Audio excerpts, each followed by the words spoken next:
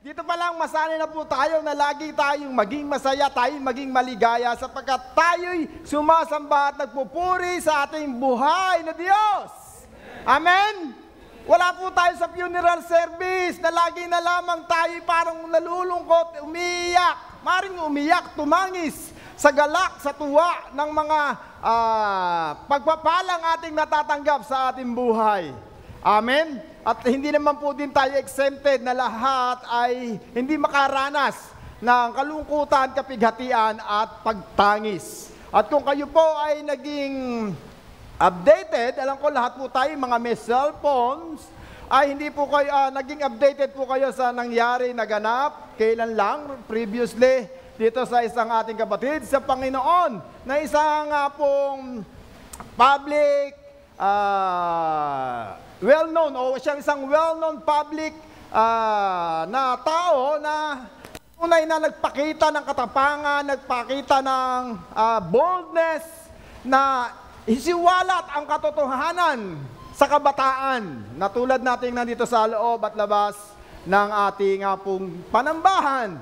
At nakalulungkot nga lang po ang isang tragedy itong nangyari na hindi naman po natin alam kung ano ang reason o kadahilanan kung bakit nangyari itong isang assassin sa ating kapatid na kilala po natin ngayon sa social media na si Charlie Kirk, na talaga nga pong on the spot, live, nakitang para tayong nanonood ng movie. Talagang kala natin sa movie lang nangyayari. Kaya talagang nakalulungkot, tayo'y nagdadalamhati o maraming mga kapatiran sa Panginoon ang nakisimpatya. At marahil ay isa rin po kayo nakisimpatya doon. Nalungkot mo ba tayo? Nasaktan po tayo, lalo na sigurong mas masakit sa kanyang asawa at mga mahal sa buhay na hindi lubos na maisip na mangyayari ang ganong bagay. Subalit kung ating nga pong babasahin ang salita ng Diyos, kung kayo po may Biblia, makibukas po kayo sa akin sa Romans chapter 8 verse 28. Ito po ay hindi na bago sa mga Kristiyano. Subalit mas magandang atong higit na maunawaan at maintindihan ang salita ng Diyos na sinasaad sa Romans chapter 8 verse 28. Makibukas po kayo sa akin at tayo po'y tumayo. Samahan niyo po ako sa ating pagbabasa ng salita ng Diyos bilang paggalang at pagmamahal na sa ating Diyos. Mahal po ba natin ang Diyos? Kung mahal natin ang Diyos, mahal po din dapat natin ang salita ng Diyos. Amen? At babasahin ko po sa wikang English ay ganito po ang nasusulat. And we know that all things work together for the goods of those who love Him. Sino natin nagmamahal? Say amen. Who have been called according to His purpose. God purpose in our faith. Sabihin nga po natin sa ating sarili, God purpose in our fame.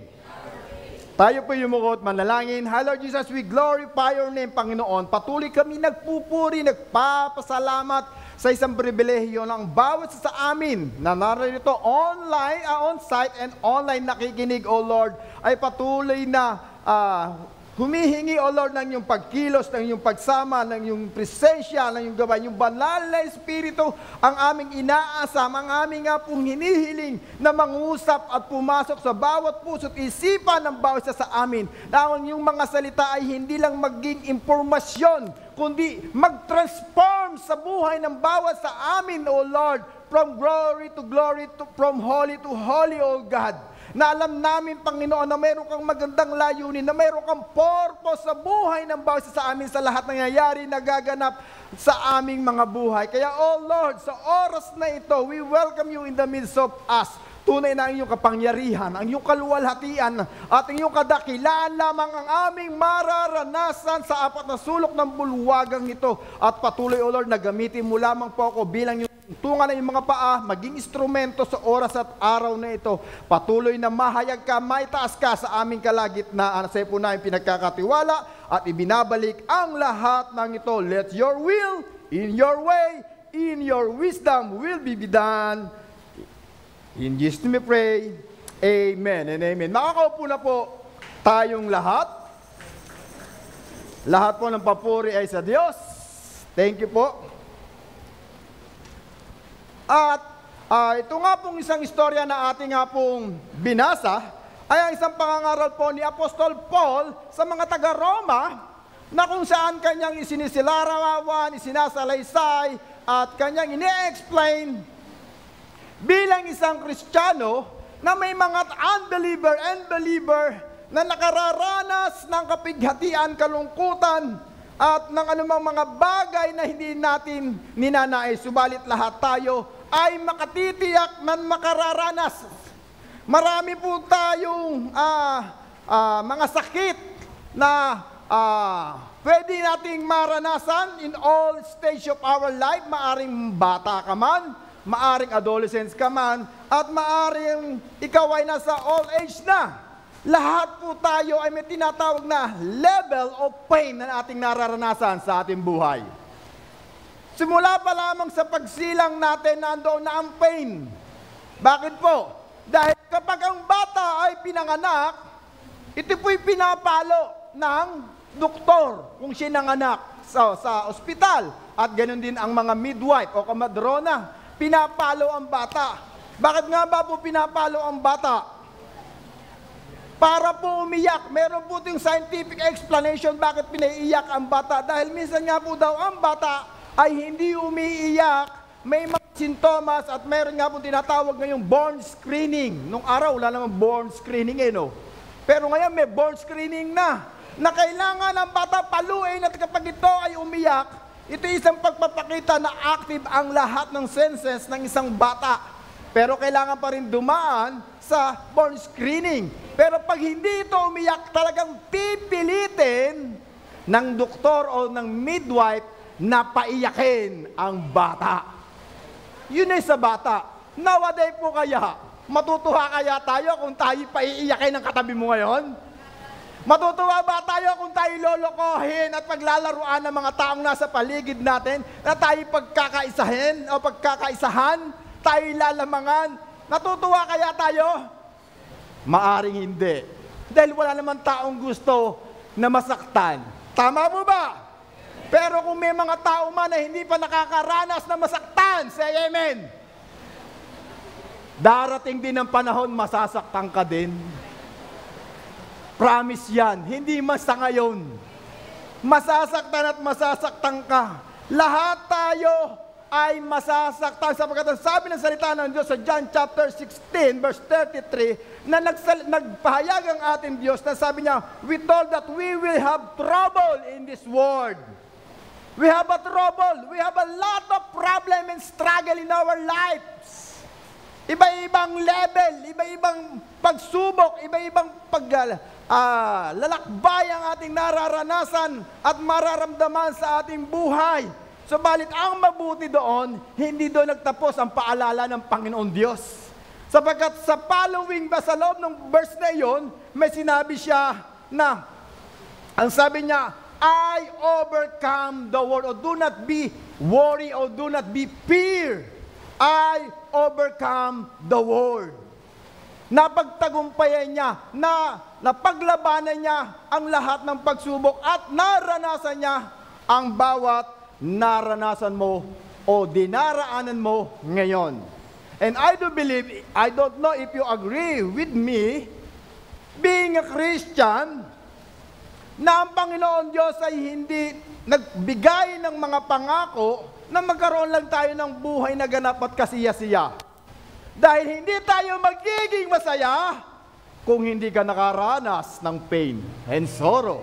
Hindi mo masasabing masaya ka kung hindi ka nakaranas ng kalungkutan. Say amen. Hindi ka magiging masaya na ikay pinagpala kung hindi kay dumaranas ng kawalan ng pinasyal. Hindi ka magiging masaya kung hindi ka nagkaroon ng kagalingan buhat sa iyong mga karamdaman. Lahat po yan ay ating mararamdaman being a Christian.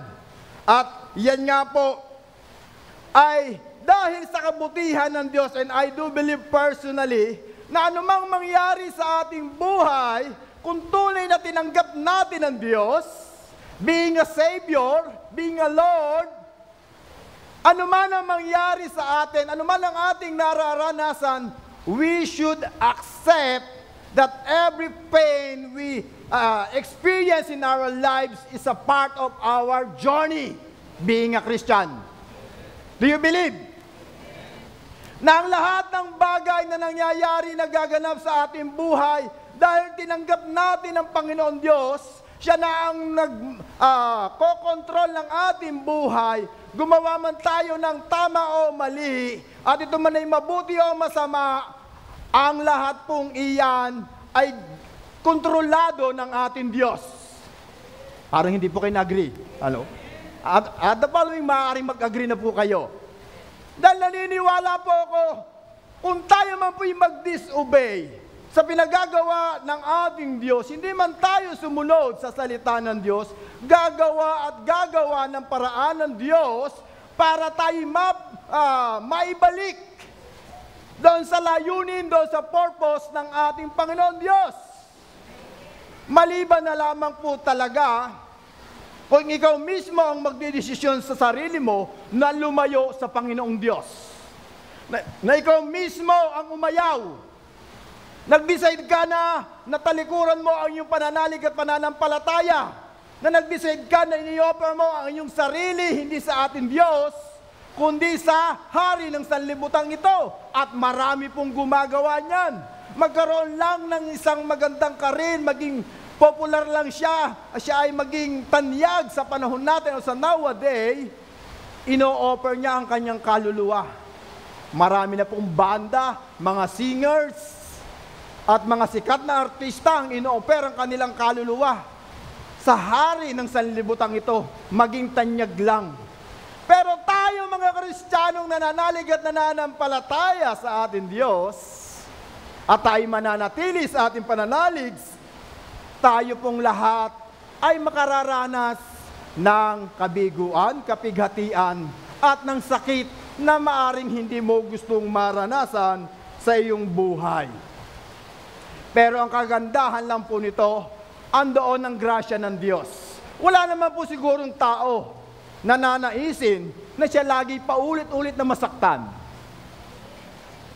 Maliban na lang po siguro kung ikaw ang nagdesisyon na masaktan para sa kapalit na panandali ang kaligayahan o agaw na panahon, sandali, oras at kaligayahan para sa tinatangkilik mo ngayon. At maaring mas tinanggap mo ang sakit ngayon dahil sa kagustuhan mong makalayo-layo at makamove on from the past na iyong naranasan. O maari din naman, mas tinanggap mo na masaktan upang maging matahimik lang ang lahat ng bagay. Dahil kung makikipag-argument ka lang, makikipag-away ka lang, maaring hindi maging maganda ang resulta ng gulo at ng diskusyon na iyong pinagdaraanan sa iyong buhay. Are you with me? Naintindihan niyo po ba?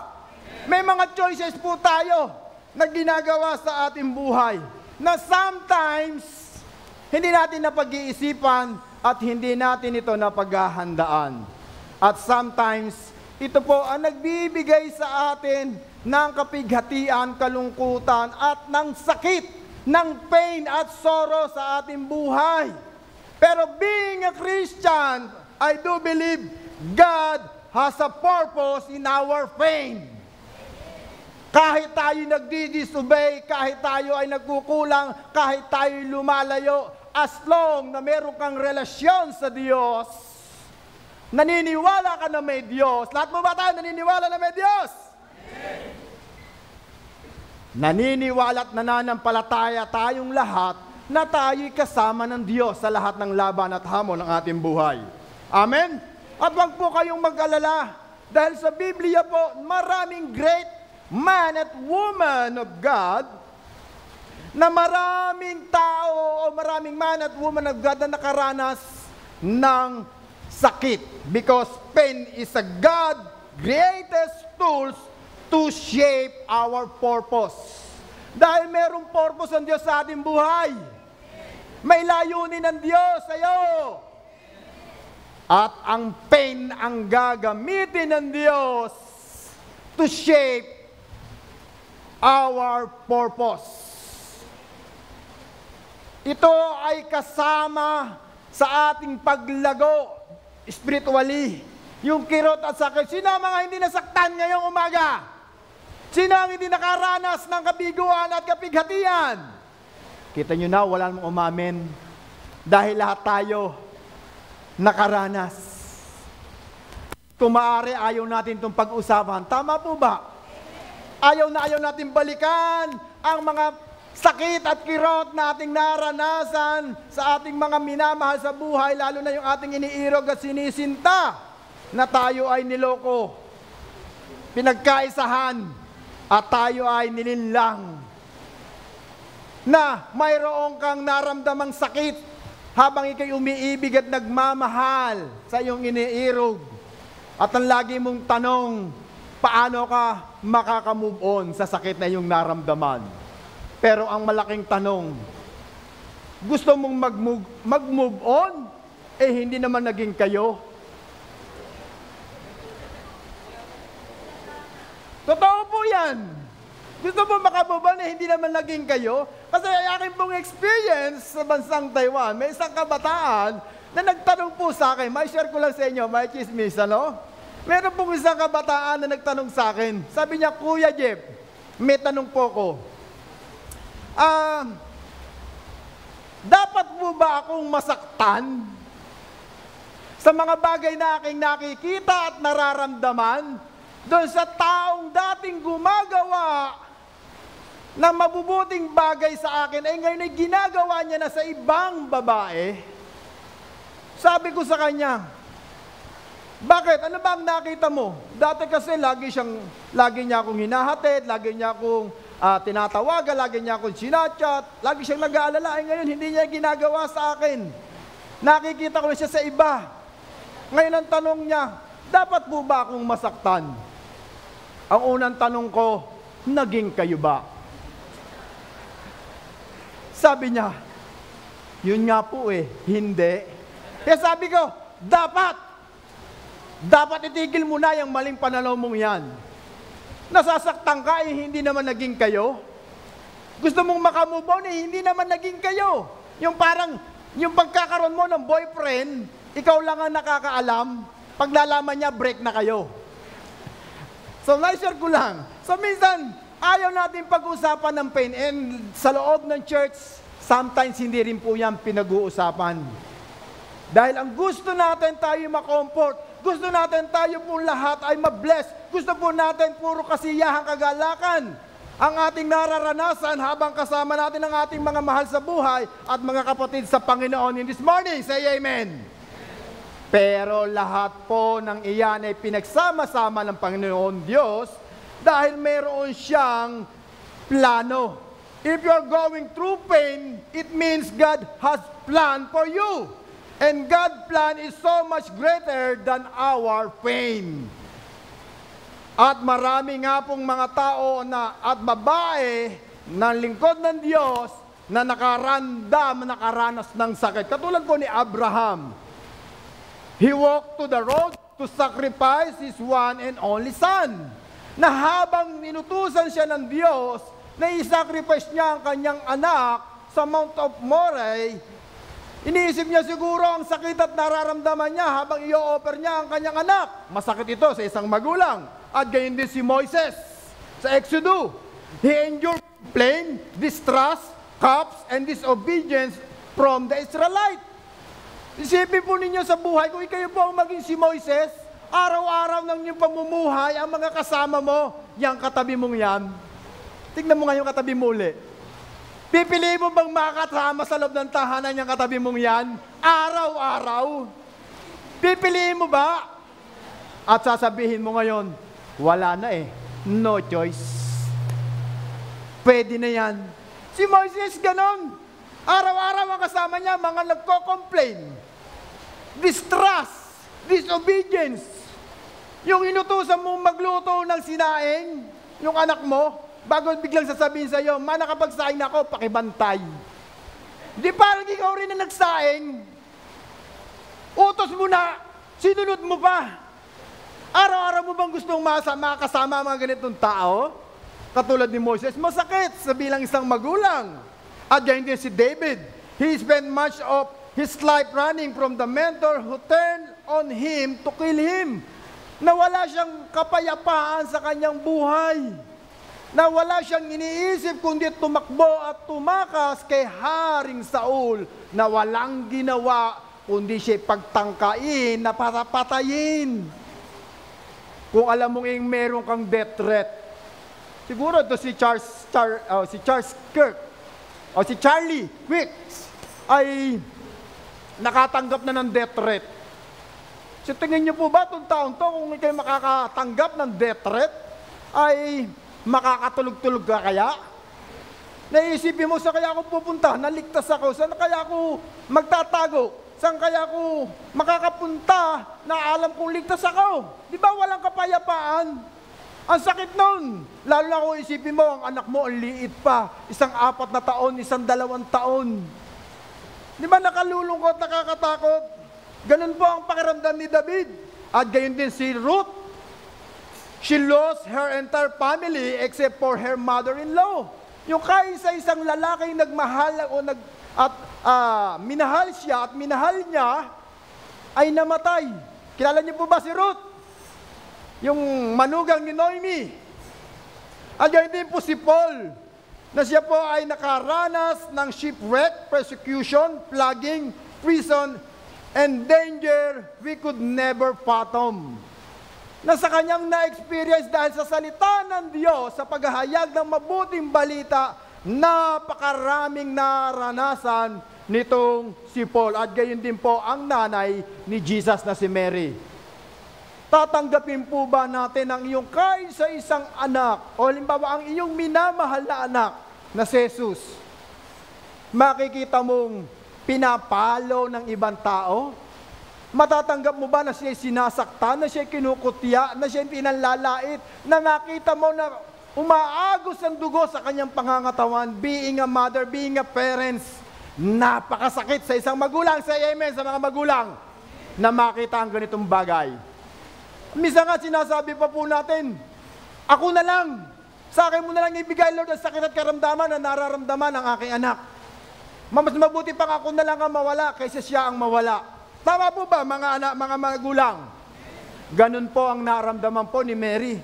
Habang pinanonood niya at nakikita niya ang sakit na nararamdaman ni Jesus habang binabata niya ang ating mga kasalanan sa krus ng Kalbaryo. At lalo-lalo na siyempre ang ating Panginoon, na walang higit sa lahat na nakaranas ng sakit, na iyalay niya ang kanyang buhay para sa kaligtasan mo, para sa kagalingan mo, para sa katagumpayan mo, para sa tayong lahat ay yumaman buhat sa ating mga kahirapan. Tayo'y makalaya katulad ng sinabi ni Pastor Benny last week, na bilang isang Kristiyano, makita sa atin ang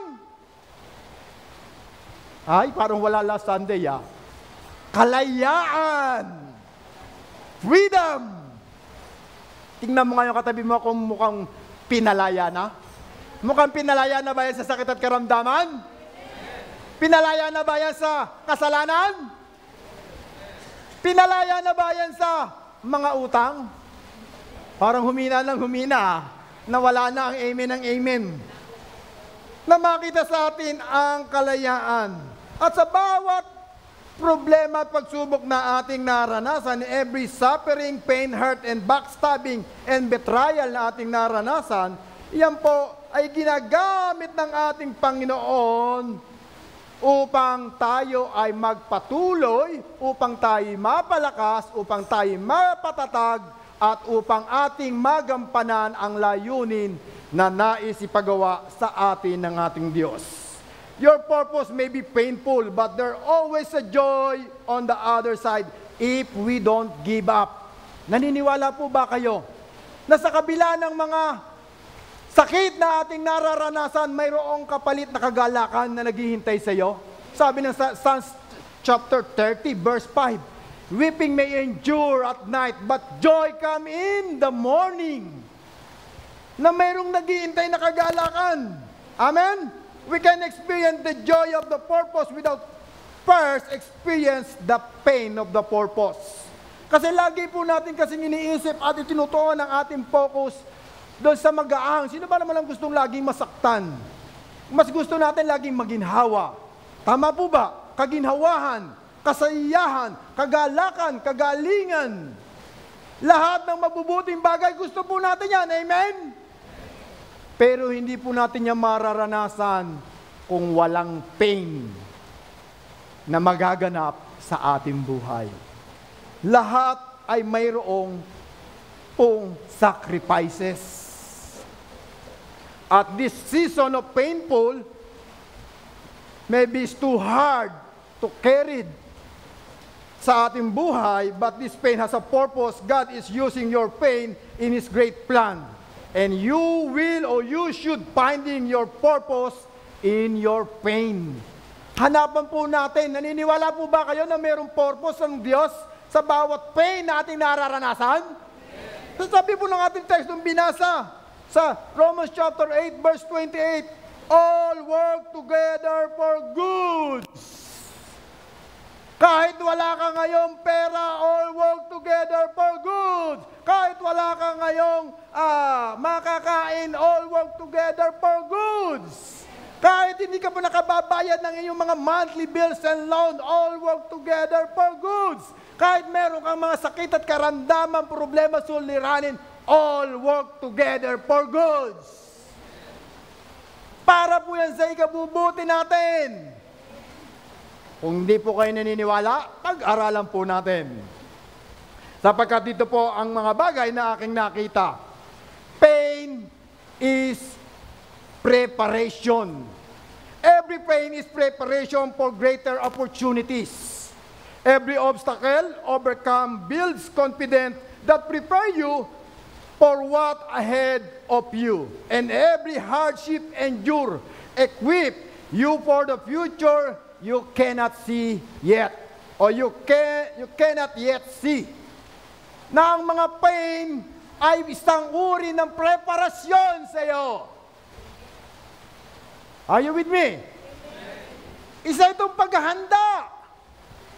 Mayroon kang pagdaraanan na mayroong purpose ang Diyos in the future. Katulad po nitong si Joseph. Sino po nakakilala kay Joseph? Si Joseph sa Old Testament, hindi sa New Testament. Si Joseph na kapatid tinuring na 12 tribes. Kapatid ni Benjamin.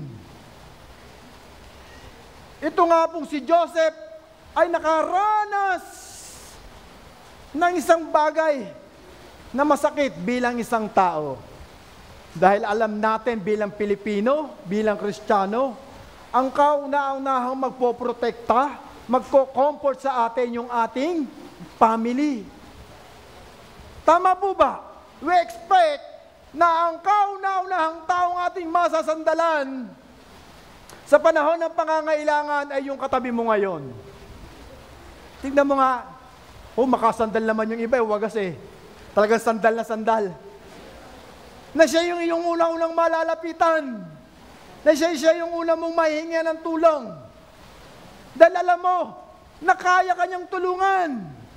Dahil alam mo, naiintindihan kanya. Na alam mo, na kayang-kaya kanyang tulungan sa lahat ng hamon at laban ng iyong buhay.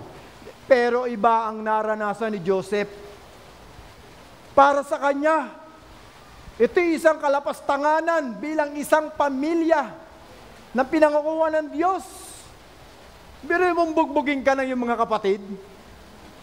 Tignan mo nga yung katabi mo. Mukha po siyang bugbog sarado. Tignan nga po.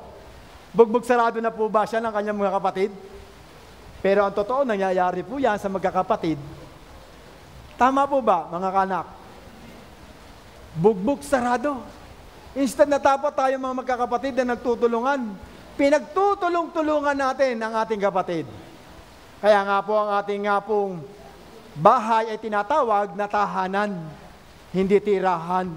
Dahil ang tahanan, tinatahanan ng kapahingahan, kapayapaan, at pagmamahalan. Tinatahanan ng banal na Espiritu.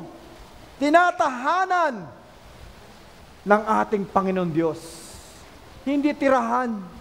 Tirahan dito, tirahan doon. Kaya walang tigil ang tirahan. Ito si Joseph, napakasakit. Binugbog. Ang malala pa nito, pinagbenta. Nagkapera pa yung mga kapatid. Pinagkaperahan ka. Ay, siyempre, talentado ka no? Gifted ka Ikaw yung pinagpala ng Diyos, pero sila yung nakinabang sa mga talent na meron ka. At hindi lang yun, yung naranasan niya, nung siya nagsilbi kay Potiphar, yung kanyang pinaglingkuran, ng ilang taon, 5 taon, 7 taon, siya inakasahan sa bagay na hindi niya na ginawa. Siya hinatulan ng rape sa kanyang asawa ni Potiphar. At hindi pa doon natatapos, pati yung kanyang mga nakasama sa kulungan, yung baker, sa yung cupbearer, na pinangakuha na siya tutulungan, siya po ay kinalimutan. Kaya meron ba siya karapatan na magalit? May karapatan ba siya na magmaktol? May karapatan ba siya na masaktan? Meron. Kaya kung babasahin po natin sa Genesis chapter 50, nandoon lahat ang hirap na dinanas ni Joseph. Gusto niyang gumanti sa mga kapatid niya. Galit na galit siya. Sino hindi nagagalit sa kanyang kapatid? Say amen. Galit na galit sa kanyang kapatid. Sabi niya siguro sa loob-loob niya, ano ngayon? Eto na ako ngayon. Second commander ng Egypt. Ngayon, wala na kayong makain. Ako, sarap. Pinaganda ko lang po yung istorya, Pinaganda ko lang. Ano ngayon? Bela sa inyo. Huyo kayo sa akin ngayon. Mataas na ako ngayon. Ano? Gani. Wala kayong magagawa. Eto na ang buhay, nabaliktad. Pero napagtanto ni Joseph that everything is a preparation. Doon sa Genesis chapter 50, verse 2, hindi po ako nagkakamera, 20, Genesis chapter 50, verse 20, nasabi ni Joseph, sa lahat na kanyang naramdaman, sakit at sakripisyo at paghihirap, for almost 30 years, na malayo sa kanyang mahal sa buhay, sabi niya po, the evil meant, basahin po nga natin sa Tagalog. The enemy meant for evil, but God do for goods. Yun po ang sinabi po ni Joseph sa kanyang mga kapatid. Dahil humingi po ng tawad ang kanyang mga kapatid sa mga bagay na ginawa sa kanya before. The enemy meant for evil, but God do for goods. Dahil alam niya na siya pinauna ng Diyos para ang kanyang buong sambayanan ay maligtas sa tiyak na kapahamakan. Say amen. Doon niya napagtanto, sabi niya sa verse 20 ay ganito, masama nga ang inyong mga ginawa sa akin. Masakit po ba ito? Sinasabi niya. Ang sakit. Masama nga ang ginawa niyo sa akin. Subalit, ipinahintulot iyon ng Diyos para sa kabutihan dahil doon naligtas ang marami ngayon. Na mayroong mga pain sa ating buhay, it is a preparation. Nagagamitin ka ng Diyos sa mas malaking kapakinabangan ng pamilya mo, ng sarili mo, at ng ibang tao. Kaya kung babasahin niyo po ang pain sa Tagalog, paano niyo po basahin? Ano po spelling ng pain? P-A-I-N. Pain. Basahin po natin sa Tagalog. Pain. In English, bait. Kaya yung pain na nararamdaman mo, pain yan. Nakaranas na po ba kayong mga whale? Ramdam mo ba na ikaw ang ipapakain sa isda? Naisip mo ba yun? Ikaw ang maging pain?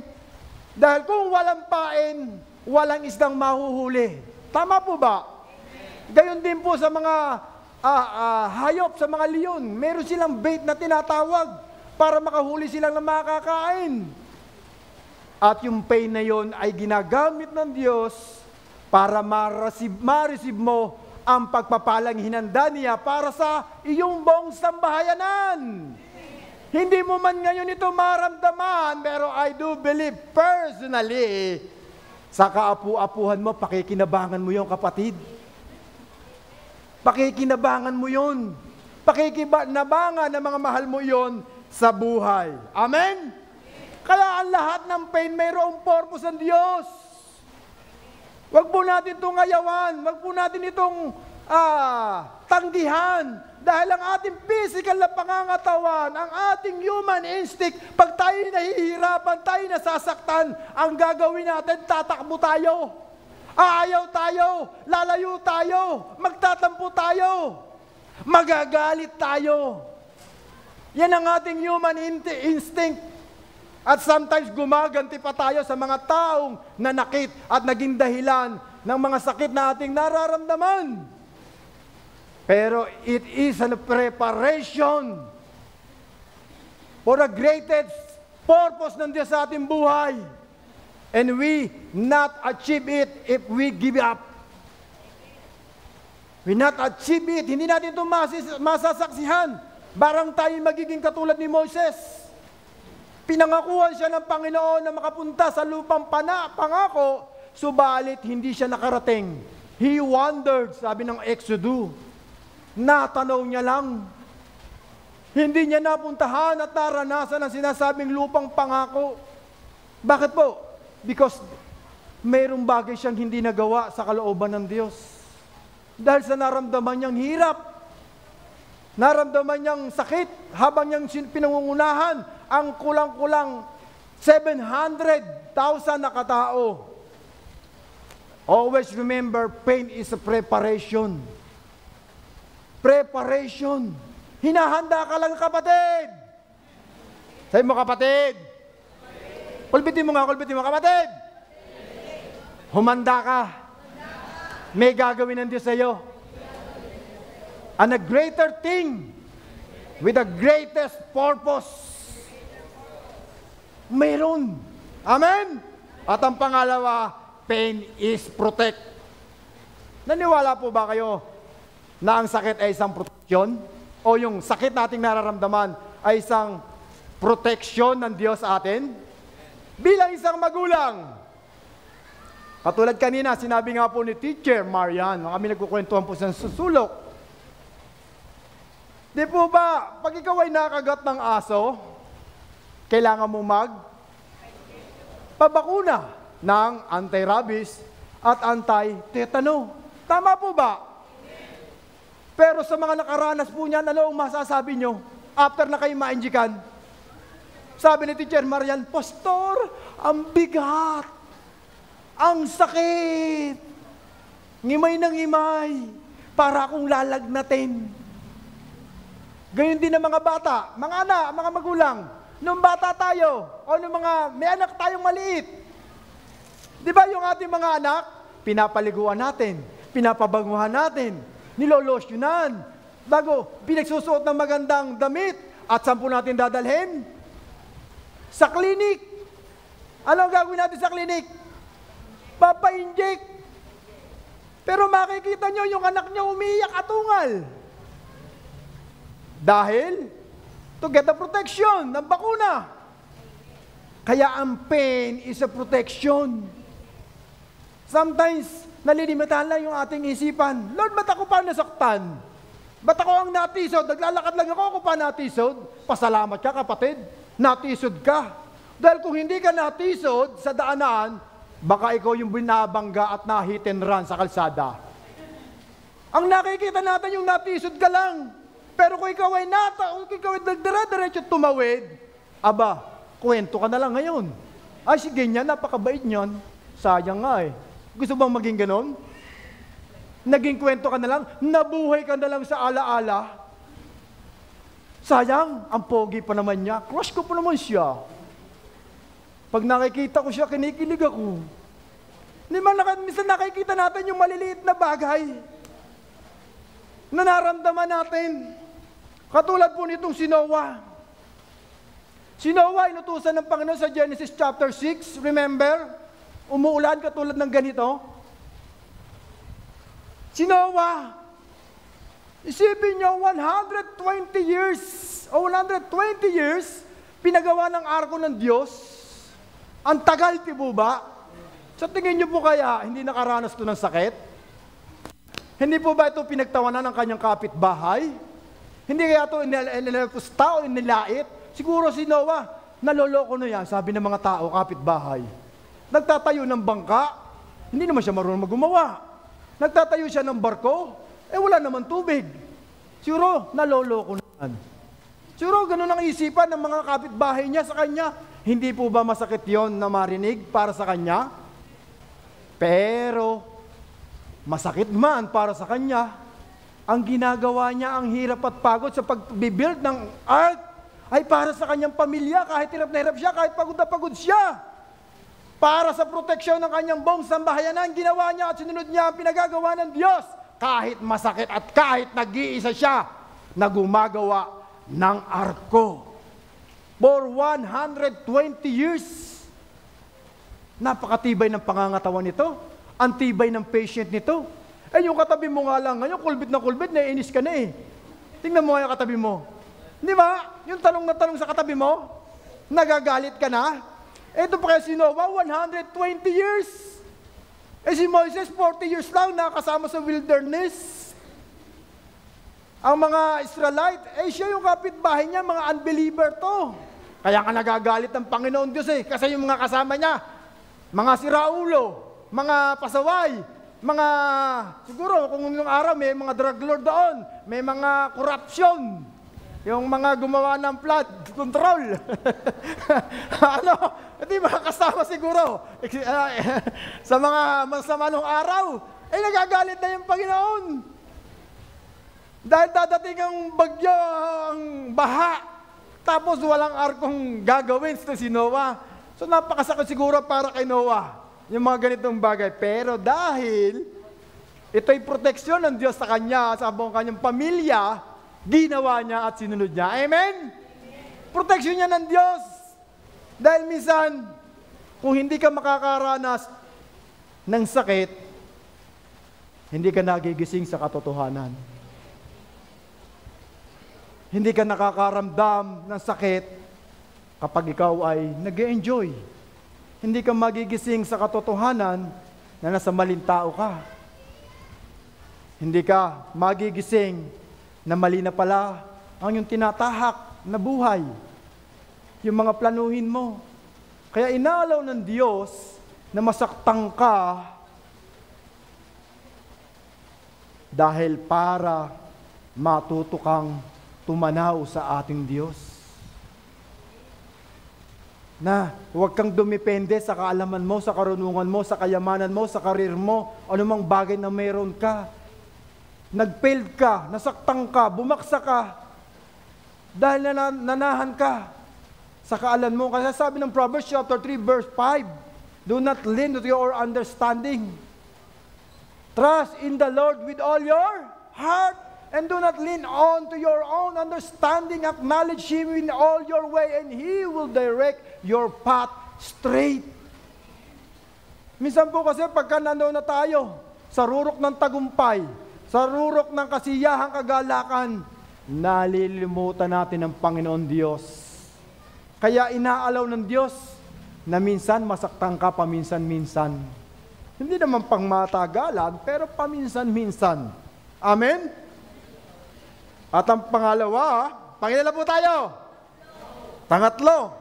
At sabi nga po sa 1 Peter chapter 5 verse 10, and after you have suffered a little while, the God of all grace, who has called you to His eternal glory in Christ, will Himself restore, confirm, and strengthen, and establish you.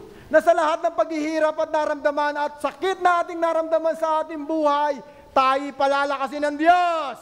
Amen. Parang hindi pa malakas yung ibang tao, nangihina pa yata. Andiyan po ba kayo? Amen. Sumigaw nga ng amen na lahat ng pinalakas ng Diyos. Amen. Lahat ng nirestore ng Diyos. Na lahat na nirevive ng ating Panginoon. Amen. Lahat na iniligtas ng Diyos. Amen. Yan. Kita nyo, lahat po tayo dito nakaranas ng pain. Kaya naandito tayo. Tama po ba? Amen. Oh, amen.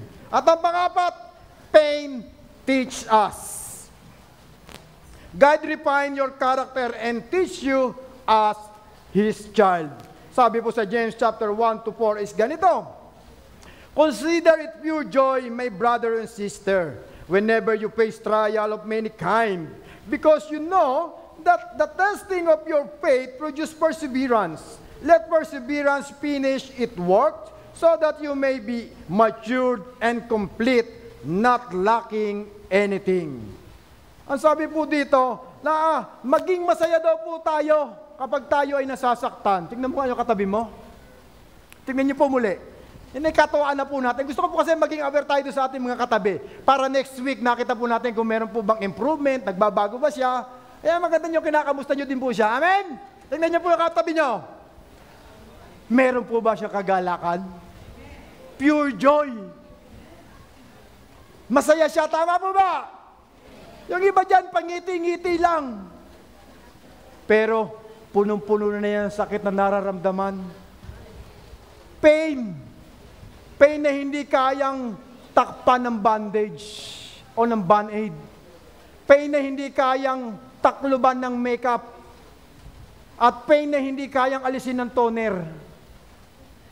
Pain na wala tayong magagawa kung hindi tanggapin at maging maligaya. Maging masaya. Kaya nga sabi ng awitin ni Freddy Aguilar, tawanan mo ang iyong problema. Paano tumawa mga Kristiyano? Ba't ako? Di ba? Tatawa tayo! Ang dami kong pain! Ang dami ko ng sakit! Kulang pa ba? Sabi nga ng tatay ko, sige, pasakatin mo ang katawan ko. Magsama-sama na kayo. Magsasawa rin kayo. Pero nauna siyang nagsawa. Sometimes talaga ang sakit, hindi mo na matiis. Kaya sasabihin mo na lang at gagawin mo na lang, kundi tumawa. Tatawanan mo na lang. Lalo na yung sakit na nagbigay sa iyo ay yung ex mo before. Pag nakita mo siya, tatawanan mo na lang siya. Na dating iniyakan mo, na dating hinahabol-habol mo, na dating nagpakilig sa iyo, na dating hindi ka makatulog hanggat hindi mo siya nakakausap. Ngayon, nakamove on ka na. Pain teach us. Dahil tinuturuan tayo ng Diyos sa lahat ng mga pagkakamali na ating ginawa bilang isang Kristiyano. Dahil hindi naman po lahat tayo nakasusunod sa pinagagawa ng Diyos. At wag po kayo mag-alala, hindi ko po kayo inuusgahan. Kasi po may example po sa Biblia. Sino po ang kilalang-kilala natin? Si Jonah. Si Jonah, Kristiyano. Lingkod ng Diyos. Pinapupunta siya ng Nineveh. Saan siya nagpunta? Sa Tarshish. Nag-disobey siya. Nag-disobey siya sa pinagagawa ng Diyos. Pero ang kabutihan, tinuruan siya ng Diyos sa kanyang pagsuway. Dahil kahit lumayo ka sa pinagagawa ng Diyos, katulad ni Jonah, gagawa ng gagawa ang Panginoon Diyos ng paraan para ibalikan niya sa iyong purpose at pinagagawa ng ating Panginoon. Ang masakit nga lang po nito, dahil sa ating pag-disobey, may mga taong nadadamay. Bakit po? Nung inutusan si Jonah ng Panginoon, ano po ang ginawa niya? Sumakay siya ng barko. Siguro itong barkong ito ay isang bulk. Nagkakarga to ng mga cargo ship. Nakisabay lang siguro siya. Nakiangkas, siguro, pero may bayad. Pero dahil sa kanyang pag-disobey, nakasagupa sila ng bagyo sa laot na pinadala ng ating Diyos. Ano po ang ginawa ng mga tao sa loob ng barko? Yung cargo, itinapon na itinapon. Di ba lugi po dito ang company? Sa sobrang takot nila lumubog, pati yung mga tao na patawag tuloy sa kanilang mga Diyos. Natakot sila na sila lumubog. Sometimes ganyan po sa ating buhay ang reality. Sa bawat pag-disobey natin, may nagsasuffer. Pero mabuti ang Diyos. He always make a way. Gumagawa ng paraan ng Diyos. At ginigising ka katulad ng paggising ko ngayon sa inyo. Ginigising ka sa iyong pagkatulog. Kasi Jonah, tulog na tulog. Humihilik. Nakatulog na katulad ng katabi mo. Tingnan mo nga kung tulog na. Baka itapon natin yan sa labas mamaya. Nakatulog. Nagpadala ang Panginoon Diyos ng isda para siya'y dalhin sa kanyang pupuntahan sa Ninive. At nakatutuwa dito, hindi matanggap ni Jonah yung ginawa ng Diyos sa kanya sa Jonah chapter 4, verse 1 to 15 o verse 2 11. Hindi niya nagustuhan yung ginawa. Inamin niya, nagalit siya sa Panginoon dahil hindi ginawa ng Diyos ang inuutos sa kanya, nawawasakin niya ang Ninive. Dahil binigyan niya ng second chance ang mga taga Ninive. At gayon din ang ginagawa ng Diyos sa bawat isa sa atin. Binibigyan tayo ng second chance na matuto, to be humble, to be obeyed, to obey to His promise, to His command. Binibigyan tayo ng second chance ng Panginoon Diyos dahil tayo ay kinukorek ng Diyos sa ating mga pagkakamali.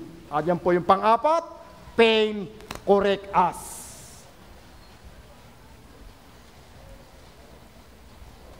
There is a correcting purpose of pain. It tells us that something is wrong. If we didn't feel pain, we wouldn't know we are sick and wouldn't seek an answer. Dahil sometimes sa buhay po natin, kapag wala tayong pain na naranasan, minsan, pag hindi na po natin matiis ang sakit, doon lang tayo naghahanap ng kasagutan o panlunas sa sakit nating nararamdaman. Say amen. At sometimes, pagkaya pa natin yung pain, nagiging at ease tayo. Nagiging stagnant tayo. Napapamper tayo sa ating kalagayan. Nandun tayo sa ating comfort zone kasi sanay na tayo na masaktan. Sanay na tayo na sinasaktan. Sanay na tayo na niloloko. Sanay na tayo na pinahihirapan. Pero ang Diyos nagkukorek din. Amen? Hindi lang siya nagpo-protect, hindi lang siya tayo piniprepare, hindi lang siya nagtuturo. Kinukorek din tayo paminsan-minsan. Amen? Katulad po ni Haring David sa 2 Samuel chapter 12 verse 1 to 5. The man after his own heart, na si King David, na mahal ng ating Diyos, ay nakaranas ng sakit buhat sa kasalanan ng kanyang ginawa. Ano po ang kanyang ginawa? Adultery and murder. Dalawang bagay po. Pinapatay niya si Urias at siya nagkasala sa asawa ni Urias na kanyang pong sinipingan na si Bathsheba. At doon nga po sa pamagitan po ni Propeta Nathan, siya binigyan ng halimbawa kung ano ang ginawa ni David sa asawa ni Bathsheba na si Urias. Kaya nga po ang sinabi niya sa verse 10 o verse 14, na sabi niya, inamin niya, ako ay nagkasala sa ating Diyos at inaamin ko na mali ang aking ginawa. Umamin na po ba tayo sa ating mga kasalanan? Umamin na po ba tayo sa ating mga ginawang pag-disobey sa pinagagawa ng Diyos? Umamin na po ba tayo sa Panginoon na sometimes nagdadoubt tayo sa kayang gawin ng ating Diyos sa ating buhay? Humingi na po ba tayo ng tawad sa Panginoon Diyos, katulad ni King David? Kaya lang, may nagawang na siyang kasalanan na dapat ng bayaran. Ano po ang nangyari kay David? Yung anak niya kay Bathsheba ay namatay instead na dapat siya ang mamamatay. Hindi siya namatay dahil may purpose pa ang Diyos. Kaya lang, may namatay na mahal niya sa buhay. Sino po yon? Yung anak niya kay Batseba. Sometimes hindi tayo namamatayan, pero may namamatay na negosyo, may namamatay na relasyon, may namamatay na trabaho, may namamatay na mga pangarap, may namamatay na mga properties na dati mo tinatangkilik dahil sa ating mga pag-disobey sa pinagagawa ng Diyos. Pero kung tayo'y magiging humble sa harap ng Diyos katulad ni David, ang Diyos gumawa ng isang magandang bagay sa buhay ni David, maliban sa pagiging hari ni David. Ano po ang ginawa ng Panginoon? Pagkatapos siyang i-correct, binigyan po siya ng isang anak, kapalit ng anak na nawala. Sino pong anak ang kanyang ibinigay? Si Haring Solomon. Na walang kasing runong na nabuhay sa mundong ito maliban kay Jesucristo. Just imagine, after niyang makaranas ng pain, naging humble siya sa harap ng Diyos, mas pinagpala po siya ng Diyos. Amen? Mas binilas siya ng Lord. Dahil binigyan siya ng poging-pogi, makisig. Kung hindi siya makisig, naniniwala ako makisig to at pogi. Bakit? Abay, 1,000 ang asawa. Hindi po ba makisig to? Hindi ba pogi to? Hard drive?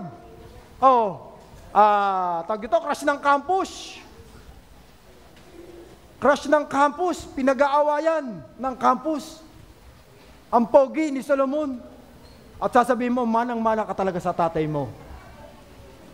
Ang poging-pogi mo. Di ba, proud tayo mga magulang pagka ang taas na na-achieve ng ating mga anak? May mga talent and gifts sila? Hindi niya mararanasan ang kagalakan at kasiyahan na ito kung hindi siya naging humble at pag-amin ng kanyang kasalanang nagawa sa harap ng Diyos.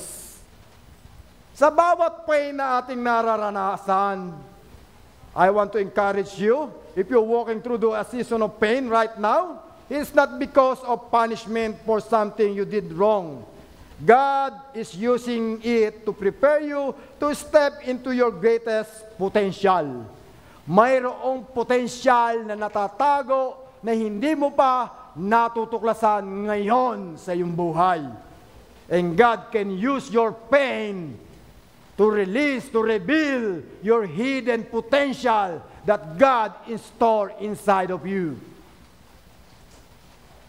Lean to Him during this season and anchor yourself in the truth of Romans chapter 8 verse 28. Nang sabi ng ating Diyos, and we know that all things work together for goods for those who love Him, who have been called according to His purpose.